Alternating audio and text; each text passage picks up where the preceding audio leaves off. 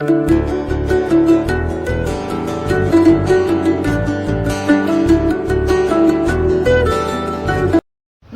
বন্ধুরা, আশা করি সবাই খুব ভালো আছেন। তো আজ আমরা এসেছি দক্ষিণেশ্বরে। তো এটা হলো দক্ষিণেশ্বরের মূল ফটক বা সিংহদুয়ার। এদিক দিয়েই মন্দিরে প্রবেশ করার রাস্তা। তো চলুন আমাদের সঙ্গে, আমরা মন্দিরে এখন প্রবেশ করব। তো আশা করি আপনাদের ভালো লাগবে ভিডিওটা। দক্ষিণেশ্বর কলকাতা মেট্রোপলিটন উন্নয়ন কর্তৃপক্ষের অধীনে উত্তর 24 পরগনার একটা এলাকা। এই স্থানটি ঐতিহাসিকভাবে কালী দেবীর মন্দিরের জন্যই বিখ্যাত। তো স্থানীয়ভাবে এই মা ভবতারিণীর মন্দিরও বলা হয়ে থাকে। ওখানটা পার্কিং গাড়ি পার্ক করা রয়েছে। আপনারা এই দক্ষিণেশ্বর মন্দিরে আসতে হলে আপনারা ট্রেনে করে আসতে পারেন, মেট্রো করে আসতে পারেন, তাছাড়া বাসে করে আসতে পারেন। তো সব দিক দিয়ে এখানে দক্ষিণেশ্বর মন্দিরে আসার সুবিধা রয়েছে। আশা করি কারোরই আসতে কোনো অসুবিধা হবে না। 1855 সালের 31শে মে ছিল বৃহস্পতিবার, পূর্ণ স্থান যাত্রা তিথি। আর সেই শুভ দিনে দক্ষিণেশ্বর কালী মন্দির প্রতিষ্ঠা করেন লোকমাতা রানী রাসমণি দেবী।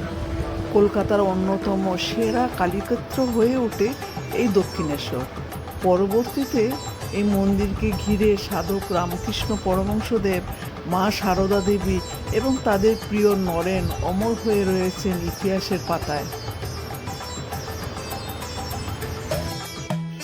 24 ফুট বাই 24 ফুট একটি ঘরেই মায়ের এই বিগ্রহ থাকে, যার 8 ফুট বাই 8 ফুট স্থান জুড়ে রয়েছে দেবীর সিংহাসন।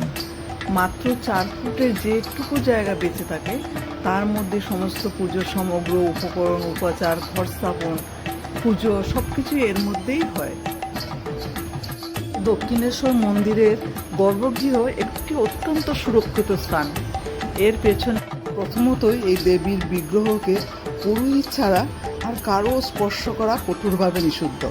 তারা বিশ্বাস করেন যে স্থানে ঠাকুর শ্রীরামকৃষ্ণ পরমহংসদেব, স্বামীজি আরও বহু সাধক মহাত্মারা নিত্য পুজো করেছেন, সেই জায়গায় সকল দর্শনার্থীদের, পুণ্যার্থীদের না যাওয়াই ভালো। এই দক্ষিণেশ্বর মন্দিরে শাক্ত, বৈষ্ণব ও শৈব 3 ধারায় পুজোই একই সঙ্গে দেখা যায়, যা আর কোনো জায়গায় কোথাও দেখা যায় না। দেবী কালীর পুজো হয় শাক্ত মতে, বৈষ্ণব মতে হয় রাধাকৃষ্ণের পুজো, আর 12টি শিব মন্দিরে হয় শৈব ধারার শিব আরাধনা। এই মন্দির নির্মাণের জন্য 20 একরের এই প্লটটি জন এসটি নামে এক ইংরেজের কাছ থেকে কেনা হয়েছিল। লোকমুখে তখন জায়গাটি পরিচিত ছিল সাহেবান বাগিচা নামে। 1847 সালে মন্দির নির্মাণের কাজ শুরু হয় এবং শেষ হয় 1855 সালে। 9 লক্ষ টাকা ব্যয়ে 8 বছরে এই মন্দিরটি নির্মাণ করা হয়। আর মন্দির প্রতিষ্ঠাকালে রামকৃষ্ণ পরমহংসদেবের দাদা রামকুমার চট্টোপাধ্যায় রানীকে প্রভূত সাহায্য করেছিলেন। 1857-58 সালে কিশোর রামকৃষ্ণ পরমহংস মন্দিরে পুজোর ভার গ্রহণ করেন। মূল মন্দির ছাড়াও রয়েছে আটচালা দ্বাদশ মন্দির, উত্তরে রয়েছে রাধাকৃষ্ণ মন্দির এবং দক্ষিণে রয়েছে নাট মন্দির। মন্দিরে উত্তর পশ্চিম কোণে রয়েছে রামকৃষ্ণ পরমহংসদেবের বাসগৃহ। মূল মন্দির চত্বরের বাইরে রামকৃষ্ণ পরমহংস, তার পরিবারবর্গের বিজারিত আরও কয়েকটি স্থান, যা আজও পুণ্যার্থীদের কাছে ধর্মস্থান রূপে বিবেচিত হয়। শিব মন্দির, এখানে টোটাল 12টা শিব মন্দির আছে। এই পাশে 6টা আর ওইদিকে 6টা আছে।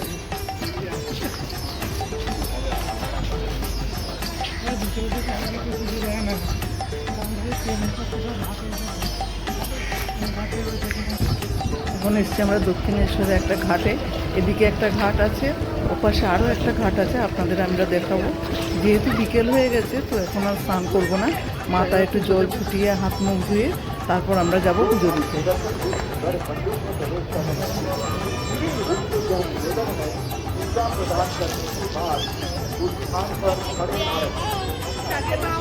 রেস্ট নিয়ে আসো। পরন্ত বিকেলে এই গঙ্গার ঘাটে বসে কি যে ভালো লাগছে, আস্তে আস্তে দেখুন সূর্যটা অস্তের দিকে যাচ্ছে। ভীষণ ভীষণ ভালো লাগছে এই ঘাটে বসে থাকতে। বালি ব্রিজ, এখানেও দেখুন প্রচুর স্টল আছে পুজোর সামগ্রী কেনার। তো এখান থেকে আপনারা পুজোর ডালি কিনে নিয়ে গিয়ে পুজো দিয়ে আসতে পারেন। আর যেখান থেকে আপনারা ডালি কিনবেন এখানে আপনারা জুতো, camera, mobile, belt, money bag সব রেখে যেতে পারেন, কেননা এগুলো নিয়ে মন্দিরে ঢোকা যাবে না, মন্দিরে অ্যালাউ করবে না। তো আপনারা পুজো দিয়ে এসে আবার এখান থেকে কালেক্ট করে নিতে পারেন। তাছাড়াও লকার রয়েছে, আপনারা নিয়ে গিয়ে আপনার লকারেও আপনাদের সামগ্রী রেখে যেতে পারেন। এদিকটা ছাড়াও আরও একটা বিল্ডিং আছে, ওইখানেও পুজোর সামগ্রী পাওয়া যায়। তাছাড়া আপনাদের দেখিয়েছে স্কাই ওয়াকে কত দোকান রয়েছে, 137 স্টল রয়েছে, ওখানেও আপনারা পুজোর সামগ্রী পাবেন। তাছাড়াও বাইরে একটা মার্কেট আছে, সেখানেও অনেক পুজোর জিনিস পাওয়া যায়। তো আপনাদের যেখান থেকে ভালো লাগে সেখান থেকে নিয়ে গিয়ে আপনারা পুজো দিতে পারেন। এদিকে ঢোকার পরেই চেকিং করা হয়, মেয়েদের জন্য আলাদা, ছেলেদের জন্য আলাদা, পুরো বডি চেক করে তারপর আপনাদের ভেতরে ঢুকতে দেবে। দিয়ে ঢুকে পুজো মন্দিরে এই সব লাইন, এদিকটা পুরো লাইন থাকে। আজকে এখন একটু লাইন কম আছে।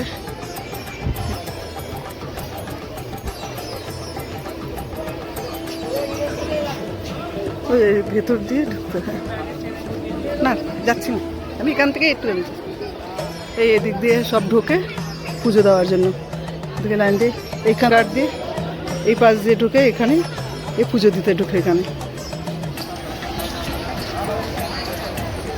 আর এদিক দিয়ে সব বেরিয়ে আসছে। খোলা হয় সকাল 6টা থেকে মোটামুটি দুপুর 12:30 অবধি খোলা থাকে, আবার বিকেল 3:30 থেকে 7:30 অবধি খোলা থাকে।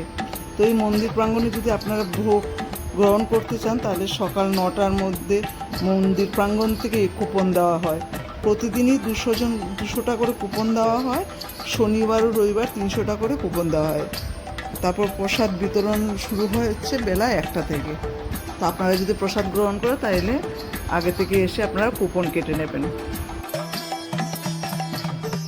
তাছাড়াও এখানে আছে একটা বড় নাট মন্দির, তো এখানে অনেকে বসে কীর্তন শুনে বা অনেকে এমনিতেও বসে থাকে, আপনার খুব ভালো লাগবে এখানে বসে থাকলে। এটি হলো রানী রাসমণির মন্দির। এর মধ্যে দক্ষিণেশ্বর মন্দিরের প্রতিষ্ঠাতা রানী রাসমণির মূর্তি স্থাপন করা রয়েছে।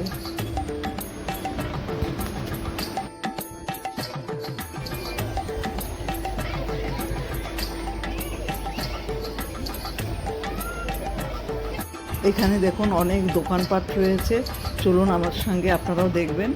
আপনারা যদি পুজোর জিনিস সামগ্রী ছাড়া পুজোর বাসন, তারপরে ঠাকুরের ছবি, আপনারা তারপরে শঙ্খ, অনেক কিছু এখানে পাবেন। আপনারা যদি কারোর জন্য কিছু নিয়ে যেতে চান তীর্থস্থানে এসে, সেখান থেকে আপনারা কিনতে পারবেন।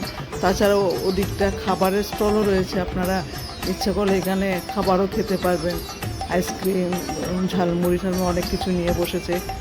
তো এখানে অনেকগুলো পরপর দোকান রয়েছে, আপনাদের ভালো লাগবে দোকানপাটগুলো দেখতে। দোকানপাট আপনারা এখান থেকে পুজোর সামগ্রী কিনতে পারবেন।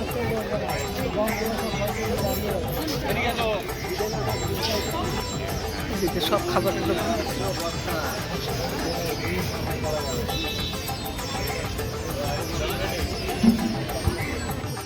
এখানে আরও একটা পুকুর রয়েছে, এর মধ্যে দেখুন কত শাপলা ফুল ফুটে আছে, কি ভালো লাগছে কুড়িগুলো, কালকে সকালবেলাই হয়তো ফুটবে। আর এখানে তাছাড়াও রয়েছে এখানে প্রচুর মাছ, অনেকেই খাবার কিনে নিয়ে সেই মাছদের খেতে দেয়। দেখুন বসে আছে ওরা, বাদর বসে আছে।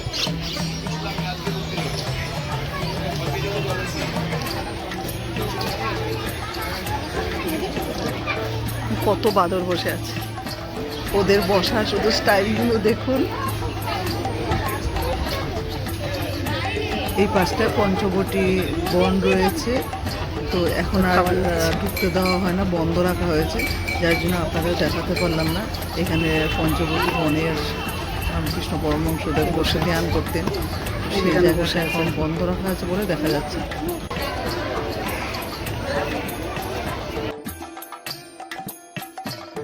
এখানে রয়েছেন যারা রামকৃষ্ণদেবের ছত্রছায়ায় সাধনা করতেন, তাদের মূর্তি এখানে লাইন দিয়ে রাখা হয়েছে।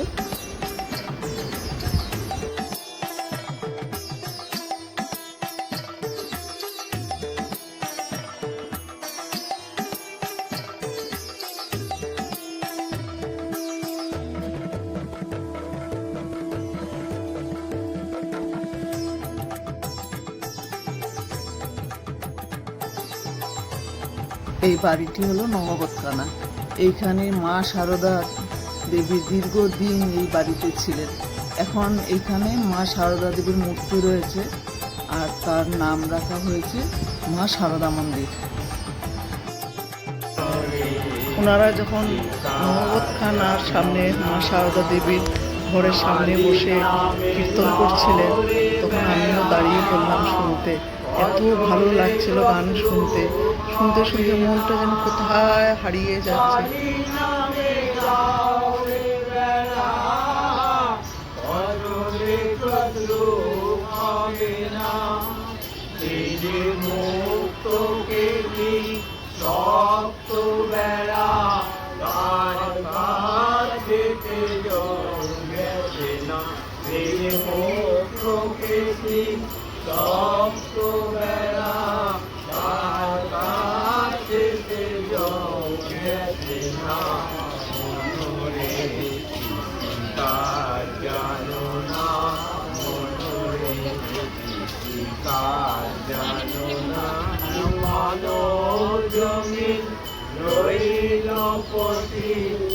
আওয়াজ করলে জমি রইল পথি আওয়াজ করলে সোনা মনোরে জানো না মনোরে জানো না। এদিকে আর একটা ঘাট।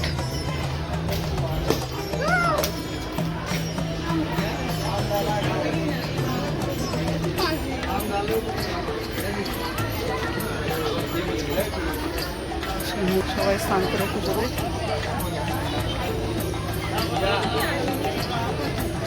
যেখানে সব লকার আছে, এখানে আপনারা মোবাইল ক্যামেরা সব রেখে যেতে পারেন। এসব লকার।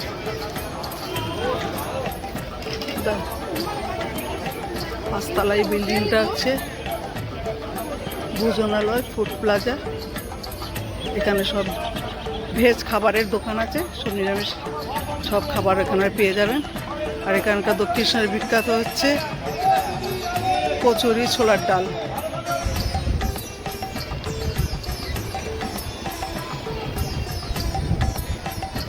মন্দিরের চূড়া।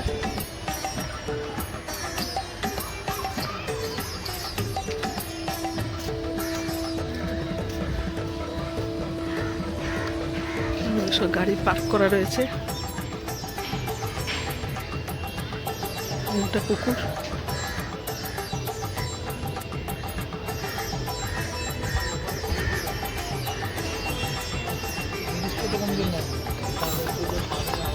এখানে সব টয়লেট রয়েছে।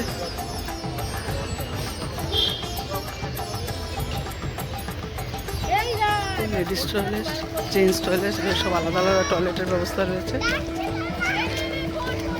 তো ভালো হয়ে গেছে। এখন আমরা বাড়ি চলে যাব।